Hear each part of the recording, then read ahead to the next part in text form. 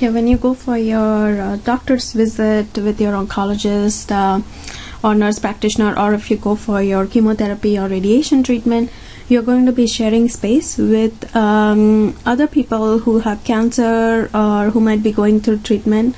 They might be much sicker and might be very sensitive. So this is an optional video for you to just think about various ideas about how you can be respectful of the challenges they're going through, so that you can have a pleasant experience and they can have a pleasant experience and you all can coexist well together.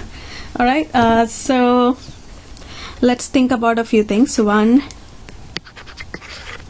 is smell. So a lot of times when people are when cancer patients are undergoing treatment, they can become very sensitive to smell. It can, the smell of certain foods or certain odors, it can be irritating for them, or it can trigger nausea. So avoid using any perfumes or strong odors for yourself, and if you're bringing any family member or guest with you, that's something to keep in mind. Also, the smell of food. So if you're bringing some food with you, just think about if the food has a very strong odor, and if you're going to be eating that food in the common room where there are other patients. Okay. The other thing is a noise level. So be mindful of your noise level, and the reason for this is a lot of times patients who are getting treatment, they might be experiencing insomnia, which is they're having difficulty sleeping or difficulty staying asleep for a long time, or they might have just received Benadryl or some other medication as part of the treatment that makes them very sleepy. So when they hear loud noise, it can be startling for them or cause headache or cause discomfort. So keeping noise level down when you're at the center might be helpful for other patients who are around you. Okay. The other thing to think about is who you bring with you. So if you're bringing a friend or a family member to accompany you, think about a few things. One is, a lot of times the space is cramped, so you can bring 1 to 2 people with you. It's difficult many times to accommodate more than 1 or 2 family members. So think about who you're going to bring. Think about if they are in a position to stay for the visit, and if they can handle if there are delays, so if they have other commitments. Also, if they are able to sit for long periods of time. So if you're going to be getting, say, a 6-hour treatment, just think about that the family member is going to be sitting for those 6 hours. So if they're comfortable with that or not, and will they be able to focus and stay calm and be able to absorb the information that they're going to be getting. And I think that's it about who you bring with you. Oh, and the other thing to think about when you bring somebody with you is if they have cold or cough or any infection that can be transmitted. So as you know that when somebody is getting chemotherapy or radiation, their chances of getting infection increases because their immunity is very low. So I'm sure you want other people to be respectful and not expose you. to germs, same way, think about how you can be mindful of that and who you bring with you, so that you're not exposing other patients who are immune compromised at the risk of getting infection. Okay. Most facilities do not allow kids, so you might want to inquire what age is appropriate and if there is any child care at the site. And then if possible, try to be on time for your appointment. This helps your flow of all the visits to take place sequentially, and it also helps with other patients' visits not being affected.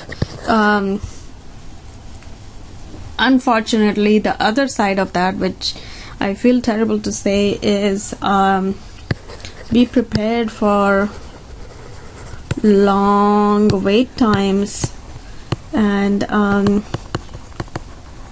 it's really unfortunate, but a lot of times patients might end up waiting for an hour or so to see their doctor for the visit, or they might end up waiting for an hour or so before they go in for their chemotherapy.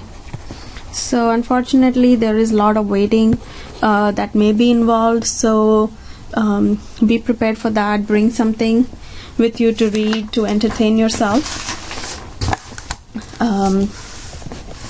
If you are on any medications, for example, medication for pain or blood pressure, diabetes, etc., you might want to bring your medications with you if you're going to be coming in for a longer treatment, because if it's the outpatient setting, those medications might not be available for you right away, and it can be a little bit of a delay before that can be arranged for you. Okay. So you might be moving from one location to other, in the sense if you're having a doctor's visit, you might be getting your labs, and then you go for your doctor's appointment, and then you go to the waiting room, and then for your chemo. So you might be moving around a lot, so travel light.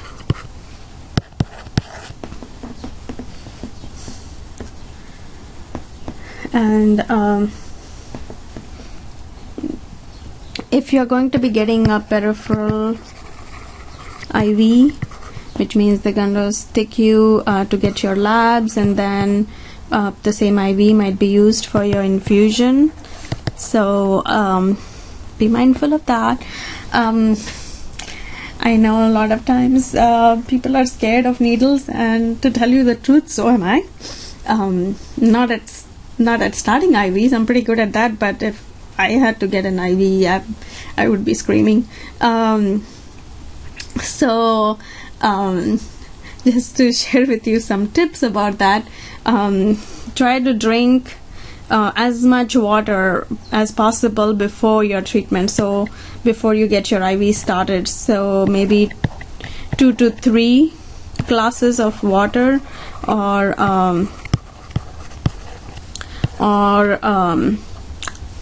non-caffeinated drinks. Okay. Other thing that helps is deep breath. When you're about to start IV, try to distract yourself and think of something else, or talk to somebody, and wiggle your toes.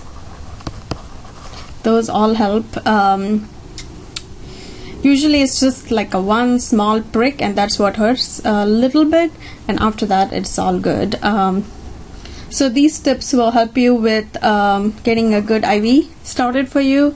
And remember, the nurses and the technicians who start the IV for you, they don't want to cause you pain. So if you're experiencing something, just realize that they do care for you, and this is required for your treatment. so people are there for you.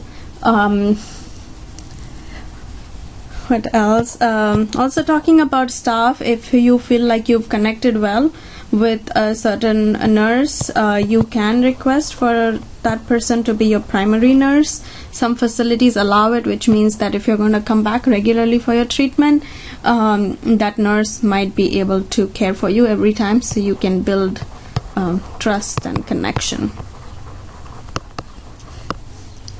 Alright, and few other last tips is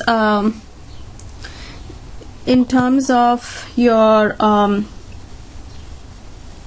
treatment, if let the staff know how much detail you want.